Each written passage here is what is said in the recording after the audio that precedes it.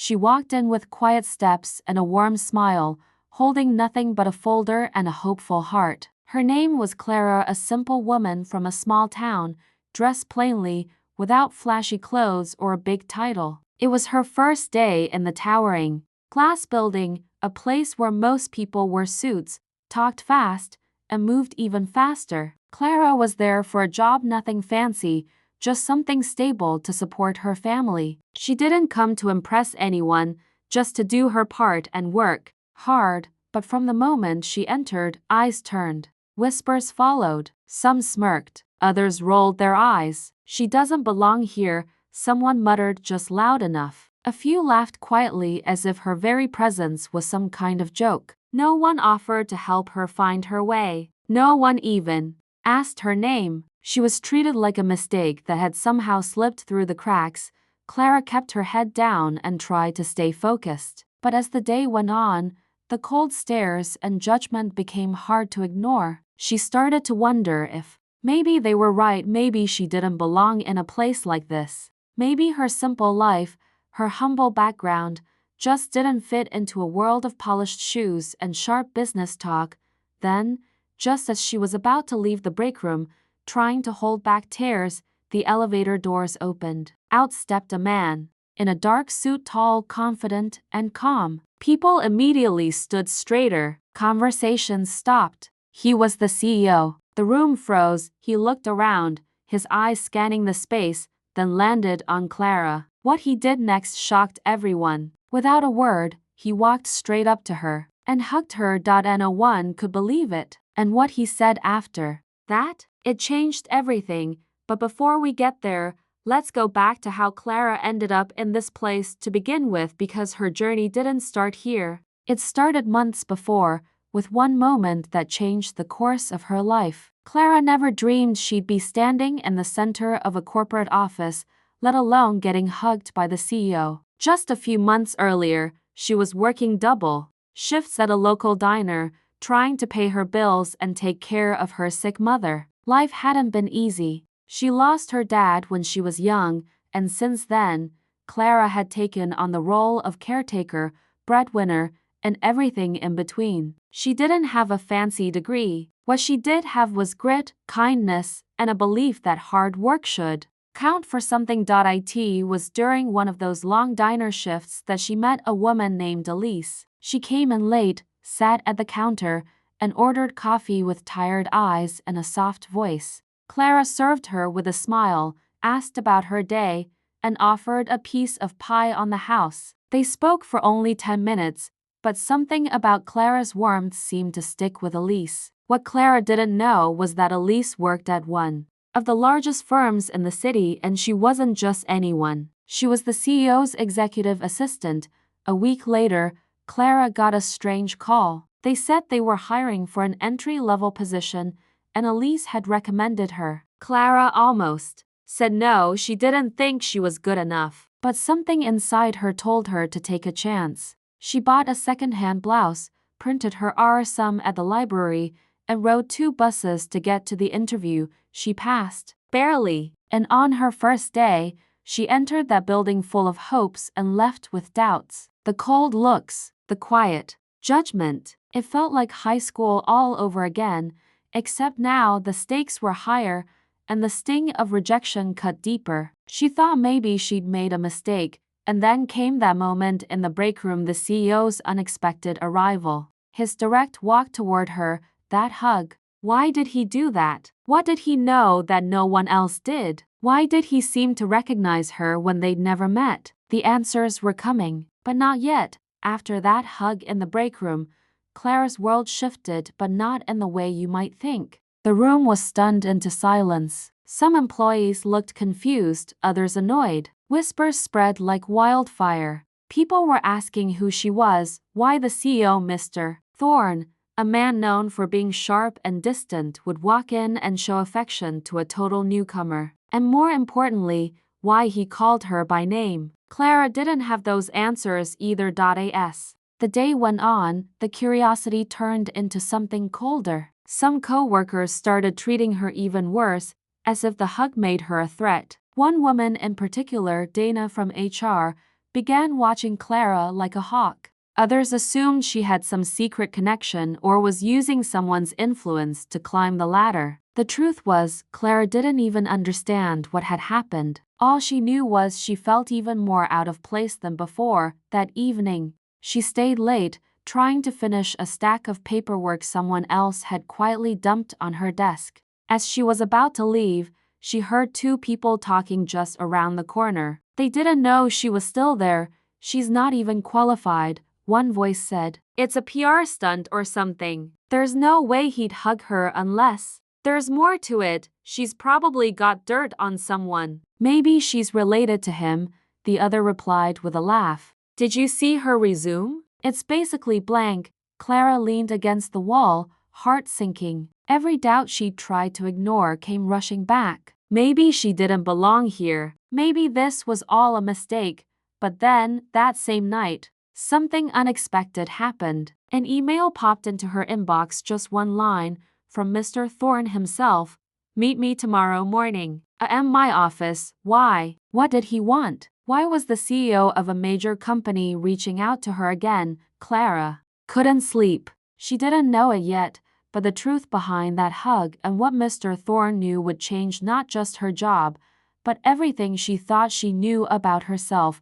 Clara barely slept that night. Her mind raced with questions. She'd read the email over and over again, trying to make sense of it. "Meet me tomorrow morning. My office." It didn't explain anything, only made her more nervous. What if she'd done something wrong? What if the hug in the break room had been a mistake, and now he was going to ask her to leave? Her stomach twisted with anxiety as she stared at the clock, waiting for morning to come. By the time she reached the office, the building was still quiet. Most of the staff hadn't arrived yet. Clara stood outside the CEO's door, hands shaking, heart pounding. She knocked once, then twice, and heard his voice from inside. "Come in, Mr. Thorne was sitting behind a sleek desk, his expression unreadable. He gestured for her to sit. Clara lowered herself into the chair, barely able to breathe. "I imagine you're wondering why I hugged you yesterday," he began. His tone was calm, but there was something else in his eyes, something deeper, almost familiar. "And why I know your name." Clara nodded slowly, too overwhelmed to speak. The air in the room felt heavy. He reached into a drawer and pulled out a photograph. It was old, faded at the edges. He slid it across the desk. Clara looked down and froze. It was a picture of a younger Mr. Thorne, smiling beside a woman who looked a lot like Clara. A woman Clara recognized. Her mother. "You don't know this," he said softly, "but your mother, she helped me once, years ago, when no one else did." Clara's heart thudded in her chest. Everything suddenly felt like it was tipping. Why would her mother have known this man? What kind of help did she give him? And why had he waited until now to say anything? Mr. Thorne leaned forward, his voice lower now. "There's more you need to know. About your mother. About this company. About why you're really here." Clara's breath caught. The truth was close to close, and what came next would turn her entire world upside down. Clara stared at the photo, her mind racing. Her mother had never spoken about working in the city, never mentioned anyone named Thorne. It didn't make sense. Mr. Thorne watched her closely, as if measuring her reaction.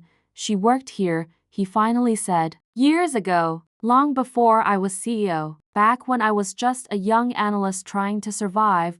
Clara's eyes widened. Her mom had only ever talked about being a receptionist at a small firm, not a company like this. "She saved me," he continued. "There was a mistake in the numbers, something big that could have ruined an entire deal. Everyone else ignored me. She stayed late one night, helped me find the problem, and brought it to the right people. If she hadn't, I might not be sitting in this chair."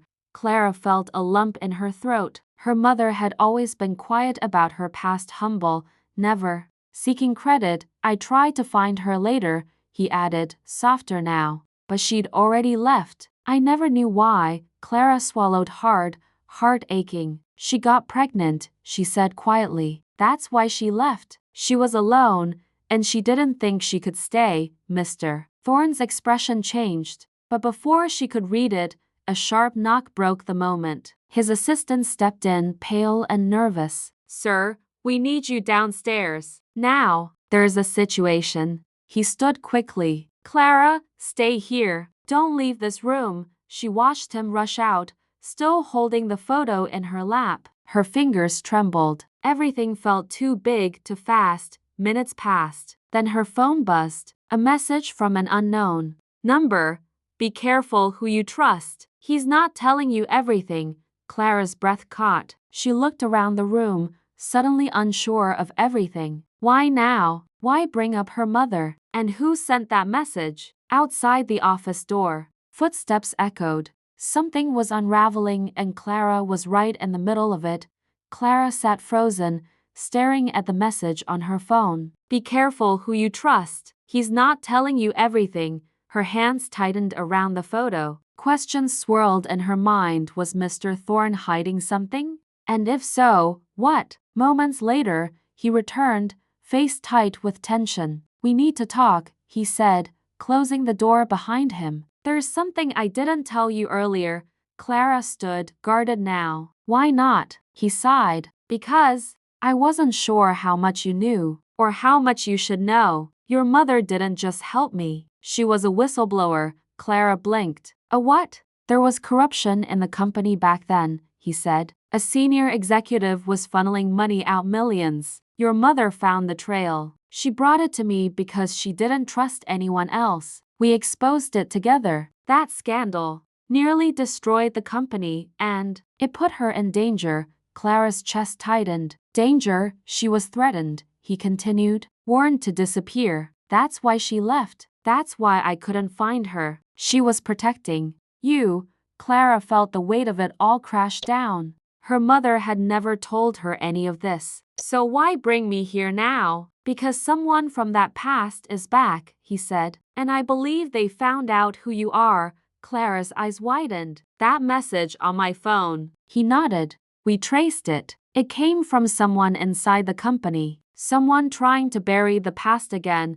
Just then, his assistant burst in, breathless. "Security caught Dana from HR downloading restricted files. She's the one who sent the message." Clara's jaw dropped. "Dana, the one who treated her the worst, but why?" Clara asked. Thorne exchanged a glance with his assistant, then looked at Clara. "Because Dana is the daughter of the man your mother exposed." The room went silent. Everything made sense now. The hostility, the whispers, the fear. Clara hadn't just walked into a job. She'd walked into unfinished business, decades old.